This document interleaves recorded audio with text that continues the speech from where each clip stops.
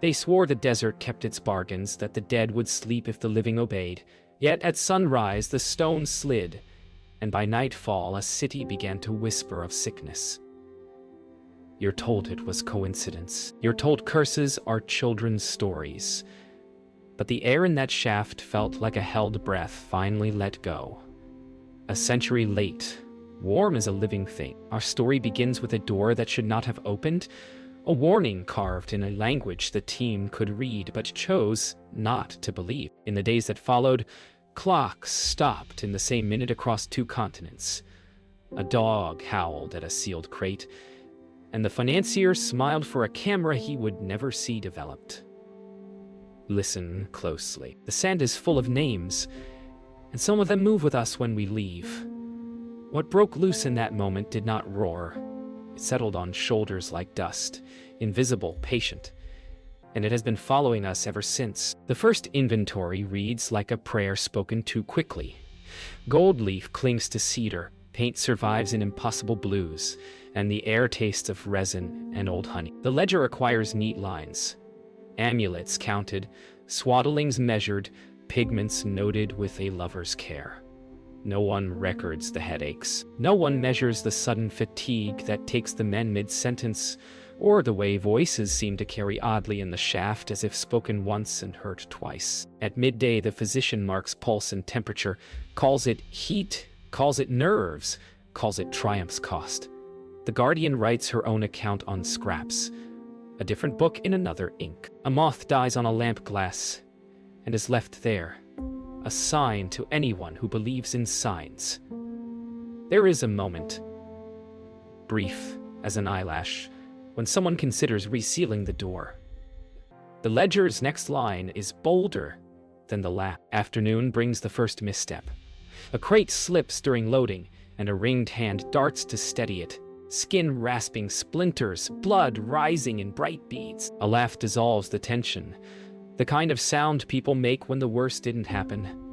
Later, the carrier insists the crate felt heavier than before, as though the desert had climbed inside to ride with it. A camera plate fogs despite precautions.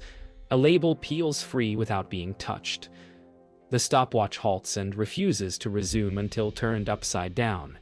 Small things learn to rhyme. A whisper passes between workers who have fathers buried not far from here. The foreman tells them to finish before the sun goes, but he has already looked toward the empty horizon 3 times, and each time he has found a shape that wasn't there.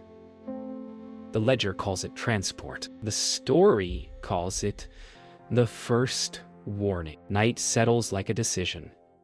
The camp divides into circles. Celebration at the financier's fire. Quiet industry in the darkroom. A handful of prayers muttered where the sand grows cold fastest. The physician finishes her rounds and sits alone, writing down numbers that refuse to cohere. 2 fevers, 1 rash, 3 headaches with no pattern, except that they arrived after the door moved. She sketches a graph, then scratches it out. In another tent, a conservator leans too close to brilliance and flinches at his own reflection in gold that remembers a face not his. The guardian leaves a bowl of water just outside the shaft and breathes on it, watching the surface shiver, though the air is still. In the ledger, the handwriting tilts as if leaning to listen. Somewhere a dog refuses meat and stares at a crate until its eyes water. At dawn, the photographer's first plate dries, and a hairline streak bisects the frame exactly where the door's shadow begins. She cleans the glass, repeats the process, and the streak returns, brighter, as if answering. The financier poses beside the largest crate, cane-planted eyes shining with the future.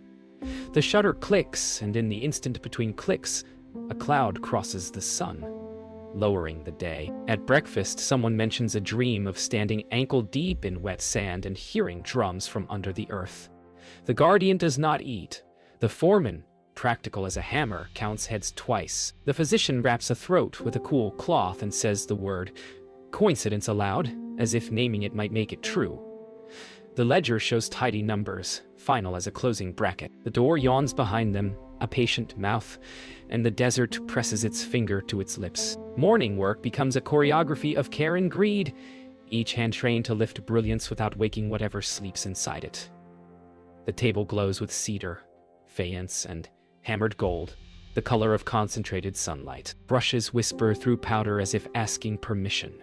Measurements fill columns in ink that dries too fast in the heat. The air carries a sweetness of resin that clings to tongues and makes water taste like memory. In the dim beyond, the opened chamber keeps its own weather, 1 degree cooler, 1 shade older. Here, a small figure is revealed, painted with eyes that refuse to look away. There, a sealed jar exhales a note of lilies that have not grown for 1,000 years. Everyone speaks a little softer, as if to keep from cracking the varnish on the moment. The sum of objects promises a story that will make reputations and erase doubts. Nobody writes down the silence between breaths. By the second day, the ledger thickens while nerves grow thin. Heads ache behind the eyes. A tight band that loosens only when one steps into the sunlight and faces the bleached horizon. A rash blooms on a wrist and retreats like a tide. Throats dry no matter how full the canteens, and sleep splinters into slick fragments that morning cannot mend. The physician tilts thermometers and finds numbers that hover just north of ordinary, a chorus of nearly. The workers crack jokes that do not land, laughter falling short of its mark. A smell of warm stone lingers where no stone stands, a phantom weight in the air. No one is willing to call the pattern a pattern, yet conversations pause at the same points, hands pause over the same objects, eyes pause on the same empty doorway. The day seems a touch too long, as if someone pulled time from both ends to stretch it thin. Coincidence begins to lean on coincidence until the whole day tilts. A label detaches and drifts into a basin without wind.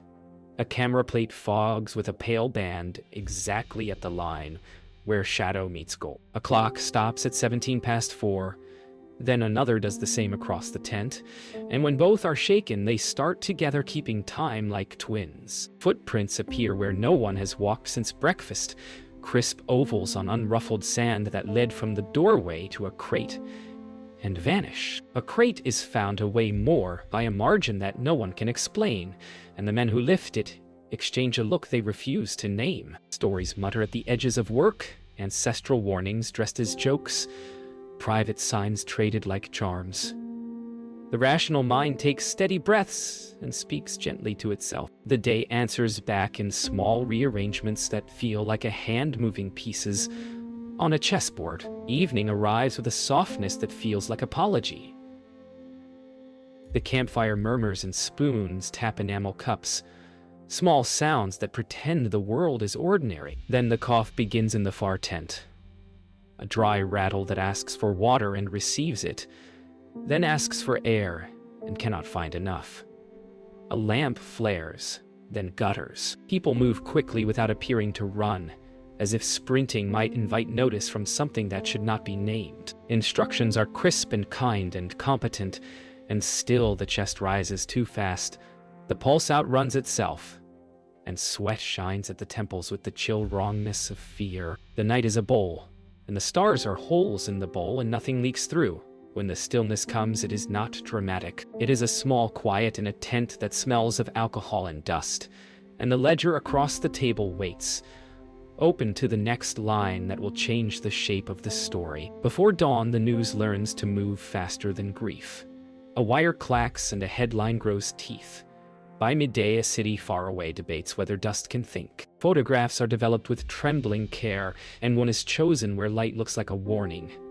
The tale gathers adjectives on its trip to print, each one a tiny drumbeat. A patron's name appears in bold beside the word tragedy, and the story stops belonging to those who lived it.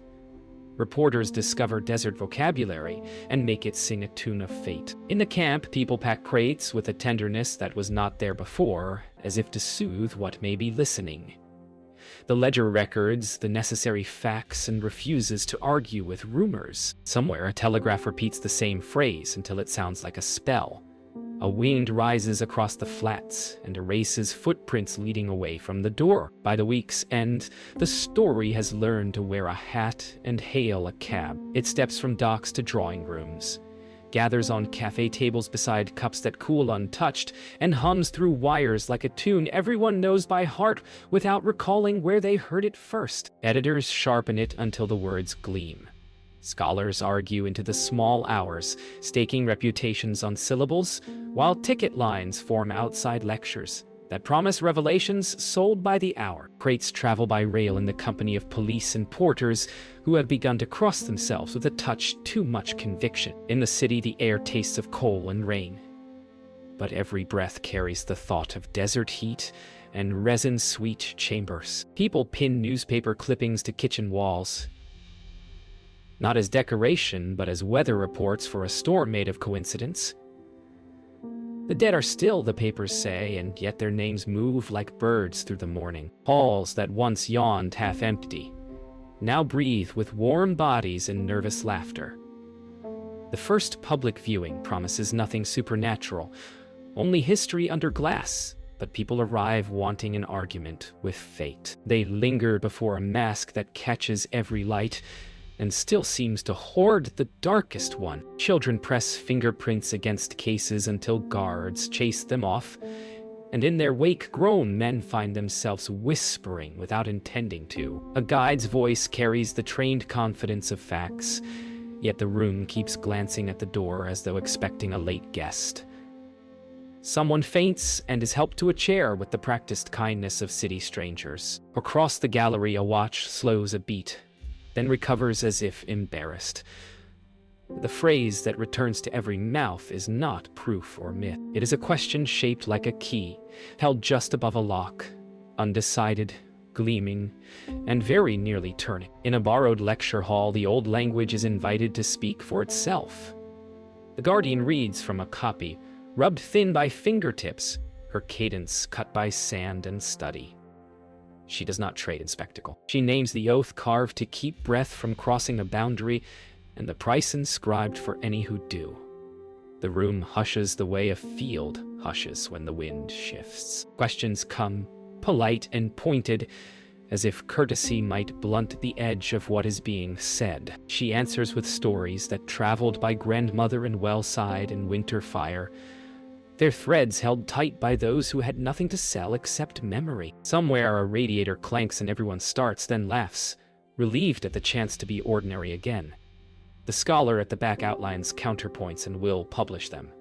But tonight, even he writes more slowly. Facts remain facts. Warnings remain warnings. The distance between them narrows to a breath. Every story breeds its counter, and now a wager is born in a private club, thick with talk and tobacco. A skeptic promises to spend a night among the crates and write a column full of neat puncture marks, pricking holes in fear until it deflates. The bet buys more than liquor. It purchases permission for the anxious parts of the city to sleep. He arrives with a notebook and 2 fresh pencils, hungry for the tidy satisfaction of proof. The storage room is colder than the corridor and smells of wood and varnish. He hums to keep himself company and discovers the tune is older than he is. Hours loosen and reform. The watch face shines like a small moon that slides behind clouds. He writes that silence is only silence and closes the notebook, as if that could make it true. Somewhere in the building, a bell strikes wrong and forgets to apologize. Before dawn, the column is written in a hand that begins bold and ends smaller. It assures readers that fear, like smoke, vanishes if you open a window. Yet, the writer opens his own door twice before stepping across the threshold, as if the hallway were an ocean. He smells incense where none is burning, and blames the church next street over. The paragraph about sleep is missing, replaced by a note about a dream he cannot recall fully. Only the sense of someone keeping careful count. Across the city, others dream of stairways that descend too far, and of a watch that halts at the same minute. A mother wakes and checks a sleeping child 3 times and does not know why. The morning paper lands with ordinary authority, folded and damp. On page 3, a sentence should sound victorious, but the voice it finds is tired and very slightly hoarse. Ships load under a sky, the color of old tin, while trains breathe steam along soot-black platforms. The story travels inside straw and cedar, nestled among customs, forms, and the smell of cordage. Porters joke to keep their hands steady, inventing new names for the same unease. In taverns near the docks, men repeat headlines as if they were weather, and the same minute keeps returning to clocks that ought to know better. In lecture halls, the confident voice of expertise grows bright and quick, while corridors fill with those who came to be convinced and leave carrying a private tremor. A letter arrives asserting that coincidence is not a curse and must not be mistaken for one. Another arrives with a list of symptoms that reads like a chant. The crates continue north and west and east, and with them goes the hush that followed the first opening, stretched thin like silk across water yet unbroken. In parliament, halls, and parlors, the argument splits cleanly and then frays. One side arms itself with journals and footnotes, a fortress of citations that gleam like polished brass. The other gathers anecdotes like dry kindling and strikes sparks with memory.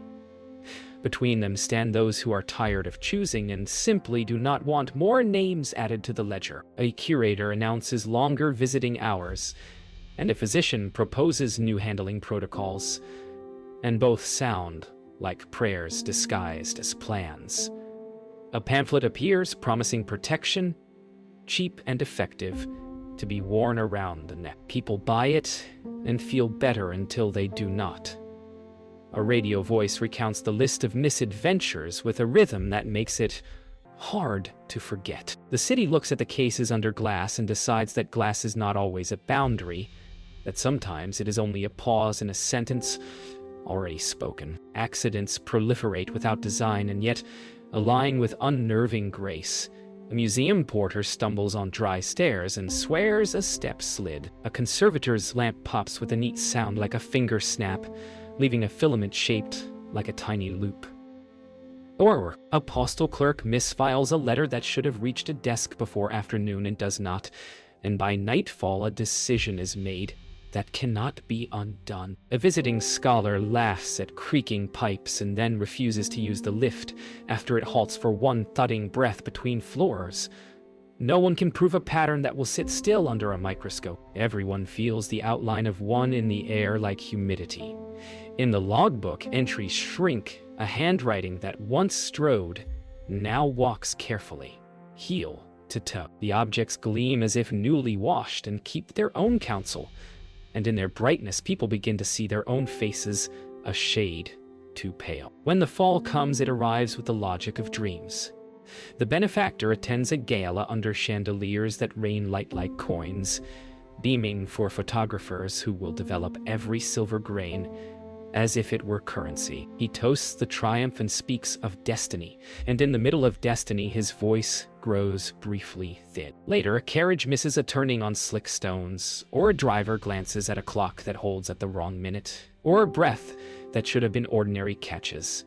The story gallops through streets faster than hooves. Guests rehearse their statements and then decide to say nothing at all. In the museum, a velvet rope sags unaccountably and is retied with shaking fingers.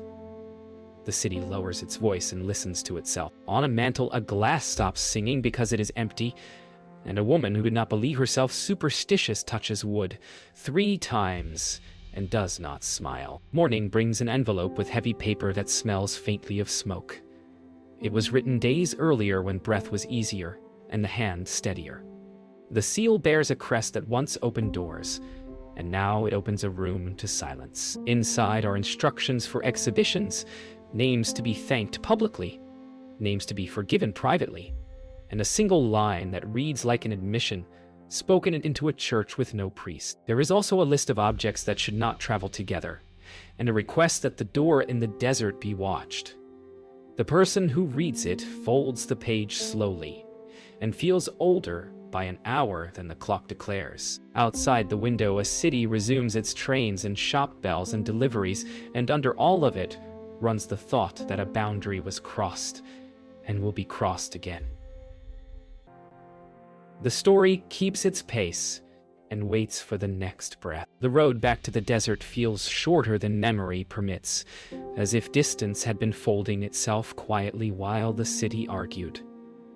The convoy arrives with fewer jokes and more lists. Faces look past the dunes toward a seam in stone that has learned their names. tools are unpacked with the ceremony of medicine, laid out like alphabet and prayer. The air closes over them with that resin-sweet note, but thinner now, a breath spent and asking for another. They measure the mouth, take readings of heat that buck against expectation, and wait for wind that refuses to rise. The guardian speaks to the sand without moving her lips. The physician counts under her breath and writes numbers that do not sit comfortably together. The leader stands long at the threshold, as if listening through rock, then nods without smiling. The story has circled back to its first line, and the page beneath it is heavier than before. They name this phase investigation, as though the word were enough to keep consequence at arm's length. Sensors are lowered into the shaft on careful lines, the thin wires singing faintly against stone. A draft moves counter to logic, colder within and yet smelling of heat. Metal warmed by a sun no one can see. A slate record spikes at intervals that begin to echo each other like call and response. Chalk marks bloom along the wall at measured heights, a pale necklace worn by the tomb. The conservator murmurs about humidity and salt efflorescence, and then stops, realizing how the words sound in his mouth. The physician rubs her temple and insists on water and rest while allowing neither to herself. The lens of the camera fogs only when pointed inward. The guardian waits without impatience and finally says that what they seek to measure is listening. The leader replies with numbers and feels the answer land like sand in his teeth. By afternoon, precision phrase. Dust grows sweet again and then medicinal, the way a room smells after someone has swallowed a bitter cure. The guardian steps forward with a small bowl of water and a pinch of powdered myrrh, not as spectacle, but as etiquette. She places the bowl at the threshold and speaks a sentence the rest can almost follow.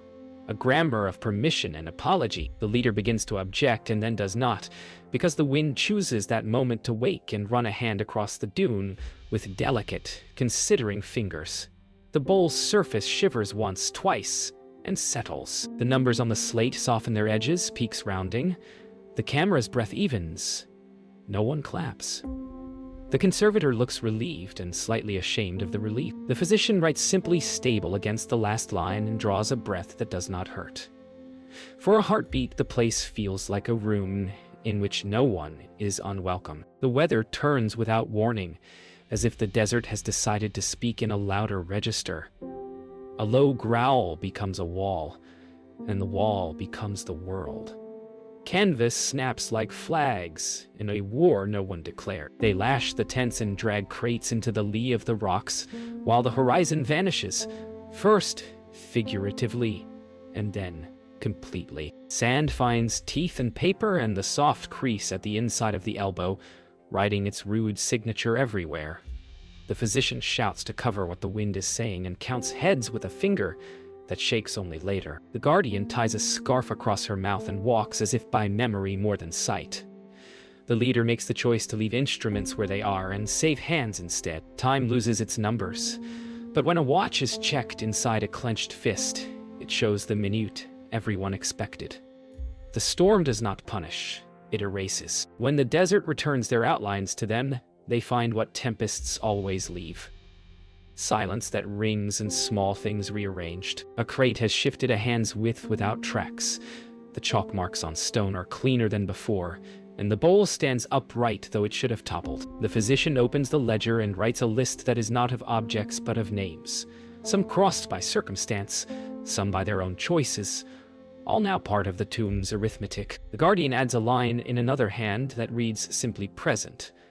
The leader writes dates with care a teacher might envy, arriving at the same minute more than once without meaning to. The conservator closes his eyes and recites catalog numbers until he is certain he still knows the order of them. The photographer sets a plate to dry and does not look until it is ready. The image shows fewer people than stood before the lens. The air tastes briefly of lilies and ash. The galleries grow quieter, not because visitors stop coming, but because they learn to lower their voices, as if sound itself might scratch the guilt. Guards start to count in their heads when they pass a certain case, and cannot explain why. In offices above the marble, Lights burn late over spreadsheets that look like constellations, dates, and incidents pricked across years until a pattern seems to show, and then slips away. A curator writes the same email 3 times and deletes it, unable to choose between caution and spectacle. In a basement, boxes of clippings smell faintly of vinegar and dust, each headline a small drum with a stubborn beat. Somewhere a clock is repaired and returns from the shop, keeping time that no one trusts. The idea that once galloped now pads, softer, closer, choosing bare floors over carpet. The past refuses to be a closed room. It is a corridor with doors that open when you walk by and pretend not to look. The journalist returns to notebooks that once felt complete and discovers they now read like maps with roads missing. Interviews replay in memory with new emphases. The way a melody changes after hearing the harmony it once hit. Letters arrive from strangers who saw something small and cannot forget it. A lamp that flickered at the wrong moment. A child who named a king without being told. The skepticism remains, loyal and well-fed, yet finds itself glancing toward a shadow and expecting a shape. A pattern hunter enters the story with a calm voice and a quiet pencil. Not to chase specters, but to count, to test, to follow the thread that numbers tie between rooms and dates and ships. Across a table, coffee cools as 2 kinds of certainty practice making room for each other. The ledger of objects becomes a ledger of outcomes, and the day decides whether the word cluster means science or fear. Numbers do what stories cannot. They refuse to be charmed, and yet can be persuaded to sing if asked correctly. A model takes shape on graph paper and in the firm interior of a careful mind. Distances between events tighten into chords. Outliers wonder until they reveal the path they were hiding. The conclusion is not thunder. It is rainfall, steady and exacting. Exposure, transport, confined air, a tincture of trace elements that behave badly when startled. The hypothesis stands on legs that are plain wood rather than gold, and therefore trustworthy. Still, a few points refuse to sit, like birds that will not perch on the offered branch. The map becomes an argument for ventilation and time delays and limits that look like reverence without requiring belief. The journalist writes it down with relief and a pang, because ending a mystery is its own kind of grief. The model does not erase the hush. It teaches how to live inside it. The confession arrives without theater. It is a sentence spoken while cotton gloves are removed. The kind of truth that fits in a single breath and requires a chair. A solvent used in confidence, a shortcut taken when the schedule pressed, an assumption about air that should have been tested and was not. The room does not accuse, it receives. Regret has a weight that sits in the lap like a sleeping animal, warm and impossible to ignore. The ledger accepts an addendum that will never be public, not to hide guilt, but to keep the story from turning cruelty into appetite. In the silence that follows, gratitude finds a place beside anger, not as pardon, but as the beginning of repair. Procedures are rewritten in the plain language that holds. The work continues with slower hands and open windows. The hush is still present, but it changes its posture, no longer crouched, now seated, watching with interest rather than hunger. The desert waits longer than cities know how. When they return, the path to the door is less a track than a memory, smoothed by wind. A name is carried back not by stone, but by the habit of speaking carefully, the way one lifts water-upped hands. A final gesture is made, not to appease, but to recognize that boundaries have shapes learned by centuries and do not vanish because a key is clever. The bowl is replaced, the lines brushed from the lentille so they can be read again, and a breath is left in the doorway for those who need it. The hush rises, then thins to the ordinary quiet that deserts offer anyone who will stand still. The city in the mind does not disappear. It recedes to its size. The story remains, less sharpened, less hungry, but alive in the way of all true warnings. Not a threat, a reminder. The dead are still. and the living agree to listen. In the new century, glass grows taller and lighting remembers how to mimic the sun. The exhibition opens with lines that bend around the block, phones lifted like votive candles, eyes hungry for proof that the past will sit still under leads. The script on the wall promises context and care, and a story told by many voices. Outside, a small crowd keeps a slower drum, holding signs that speak the old warning in new fonts. Inside, climate gauges whisper their readings while a film loops a journey from sand to city. People move in currents that swirl and pause before a mask that has traveled farther than anyone planned. A child asks why the eyes do not blink, and the parent answers with a softness that is more wish than fact. The air is good, the lint traps fresh, the vents tested thrice, and still across the polished floor, there passes a hush that belongs to runes where names are kept. Debate becomes the exhibition's second soundtrack. Comment cards fill with careful arguments, some written like poetry, others like receipts. A petition requests that the sealed jar remain unopened, citing the dignity owed to a silence that has kept its shape. Another insists that knowledge cannot be honored by distance alone. In a conference room, a committee weighs a century of consequences against the promise of a single controlled test. The scientist names airflow and materials. The conservator names solvents and reversibility. The guardian names the boundary that taught them all to speak. More softly, a descendant reads a letter written in a hand she knows only from photographs and finds generosity where she expected stubbornness. The decision is not dramatic. It lands like a book placed gently on a table. If the opening is to happen, it will happen under glass, with time measured in seconds and air in liters, and with a bowl of water set where everyone can see its skin. The chamber chosen for the test looks like a chapel built of science. Air is scrubbed, gowns are donned, and the small jar waits within a bell of glass that hums with the sound of careful machines. The room holds fewer people than were invited because caution has learned to keep the guest list short. Words are exchanged that have the shape of vows. Time, volume, seal, sample. A camera records not for spectacle but for memory, because memory always misplaces one important detail. The signal is given, and the lid that does not look like much lifts. What rises is not a scent anyone can name, but it moves the mind to think of resin and cold metal, and the first pages of a book that has slept a long time. Numbers hold, graphs behave, lungs continue their work, and yet everyone feels something pass through them as light passes through a window at noon. After, relief moves like warm air through a house, softening corners. Reports are written with the restraint of people who have learned that language can bruise. Readings stay kind. Samples reveal less mystery than dignity, and the case is updated with text that thanks rather than claims.